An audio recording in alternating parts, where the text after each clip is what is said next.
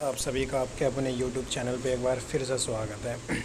दोस्तों, आज की वीडियो में हम कुछ इम्पोर्टेंस नोटिफिकेशन को देखेंगे जो कि ऑफिशियल वेबसाइट के माध्यम से और न्यूज़पेपर कटिंग के माध्यम से हम देखेंगे। ये जो आज की वीडियो है वैसे मतलब नॉर्मली हम यूपी के विद्यार्थियों के लिए प्लस में जो बिहार के विद्यार्थियों के लिए उनके लिए बहुत ही यहाँ पे बेनिफिट होगा।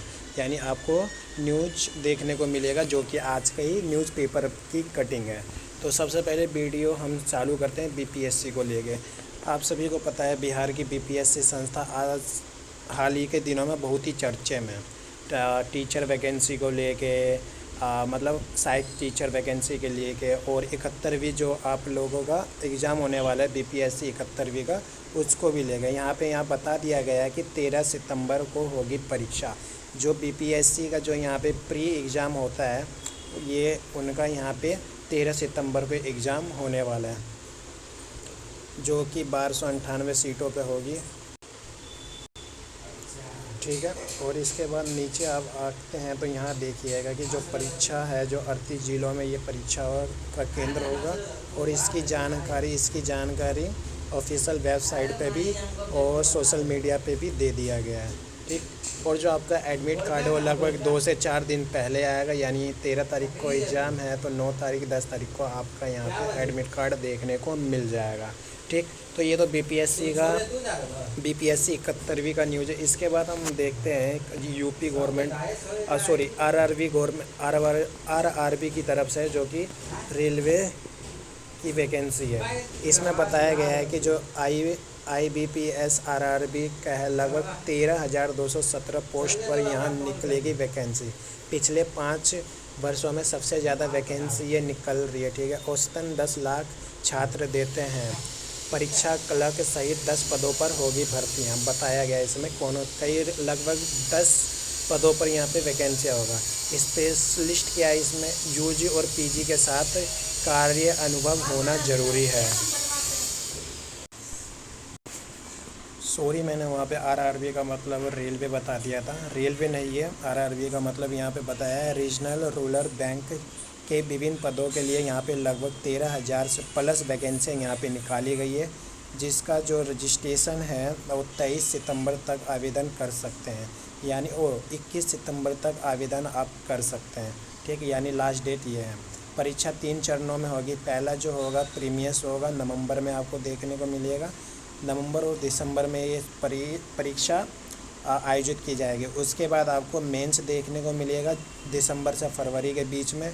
और हालांकि सटीक तारीखों की अभी घोषणा नहीं हुई है, एक अनुमान लगाया जा रहा है। उसके बाद बताया गया है जी जो अलॉटमेंट मिलेगा जो आपको फरवरी मार्च में किया जाएगा सभी ऑफिसर स्टेल 1 स्टेल 2 स्टेल 3 पदों के लिए होगी। यहाँ पे कई पद दिखाए गए जैसा क्लर्क के लिए आपको यूजी चाहिए, स्थानीय भाषा चाहिए और कंप्यूटर की नॉलेज चाहिए। और यहाँ पे बताया है ऑफिशियल स्टेल पीओ के लिए आपको यूजी चाहिए। कृषि या आईटी मैनेजमेंट लॉ इको को प्राथमिकता, मतलब ये जो कैटेगरी है इसमें अगर कोई बच्चा कर रखा है तो उसको यहाँ पे प्राथमिकता दी जाएगी। आईटी प्लस लोकल लैंग्वेज का आपको ज्ञान होना चाहिए। जीवीओ के लिए आपको 50% यूजी और 2 साल के मैनेजर का अनुभव होना चाहिए। स्पेशलिस्ट के साथ आप यूजी पीजी मतलब आप देख लीजिएगा पोस्ट के अकॉर्डिंग है यहाँ पे बताया गया। लैंग्वेज 3 में हो जाएगा जैसा कि आपका प्रीम होगा, फिर मेंस होगा, फिर लैंग्वेज प्रोफिशिएंसी टेस्ट होगा। ठीक है ना, ये 3 अकॉर्डिंग होगा। इसके बाद बताया गया है कब कितनी वैकेंसी है। 2021 में इतना है, 2022 में इतना, 2023 में इतना है, 2024 और 2025 में इतना है। ठीक, यहाँ क्लर्क में लगभग 8,000 के करीब वैकेंसी है। पीओ में लगभग आपका 3900 वैकेंसी है। ऑफिशियल स्टेल 2 में इतने हैं। तो ये टोटल मिला के 13,217 सीटें हैं। तो ये एसएससी की यहाँ पे बिग न्यूज़ है जो कि आप सभी को पता है। हाल ही के दिनों में अभी एसएसटी का यहाँ पे प्रोटेस्ट चल रहा था दिल्ली में, तो बहुत ही बच्चे को यहाँ पे कहीं ना कहीं प्रॉब्लम्स का फेस करने पड़ रहा है। कई बच्चों की हालत बहुत ही दयनीय हो गई थी, कई टीचरों ने सपोर्ट किया था। फाइनली यहाँ पे एसएससी एग्ज़ाम में कई बदलाव किए गए जिससे कैंडिडेट्स की शिकायतें दूर होगी, यानी बच्चों की। तो हम देख लेते हैं, इसमें कुछ इम्पोर्टेंस देख लेते हैं एक बार। कर्मचारी एसएससी की मांग इस रिफॉर्म की मांग कर रहे हैं। आयोग ने माना है कि सुधार जरूरी है। ठीक, अब नीचे आते हैं। एग्ज़ाम सिस्टम में क्या बड़े बदलाव किए जाएंगे। 2018 से एसएससी एग्ज़ाम सीबीटी मोड में कराया जा रहा है, कंप्यूटर बेस पे कराया जा रहा है। नॉर्मलाइजेशन का दूसरा फार्मूला था जिसे अब बदला दिया है। पुराने फार्मूले में कोई कमी थी न, तो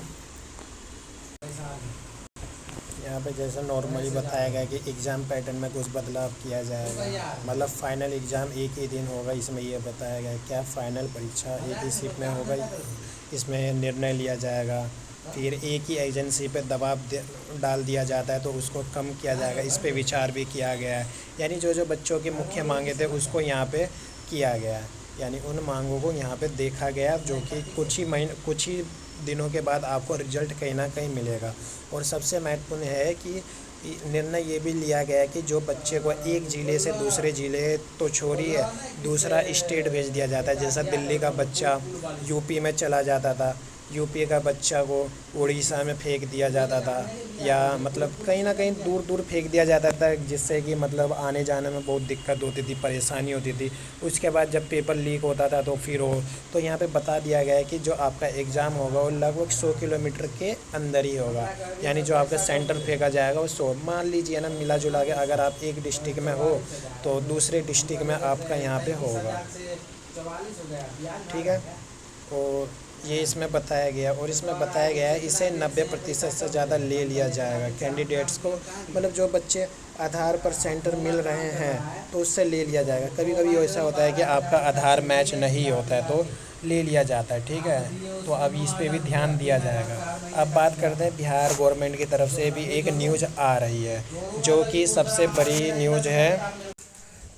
यहाँ पे बिहार की गवर्नमेंट की तरफ से एक न्यूज़ आ रही है, जो महिलाओं को 10,000 रुपये यहाँ लाभ दिया जा रहा था, अब उन सभी महिलाओं को नहीं दिया जाएगा। आपको इस योजना के लिए आपको सबसे पहले जीविका से जुड़ना पड़ेगा, जो कि एक बिहार में समूह है। जीविका समूह आप सभी को पता ही होगी, वहाँ नॉर्मली महिलाओं की एक समूह होती है जीविका।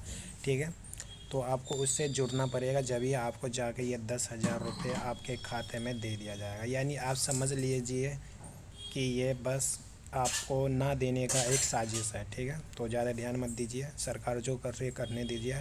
10,000 मिलने से आपका ना घर चलने वाला ना कुछ चलने वाला। ठीक है, तो लालची मत बनिए, समझदार बनिए।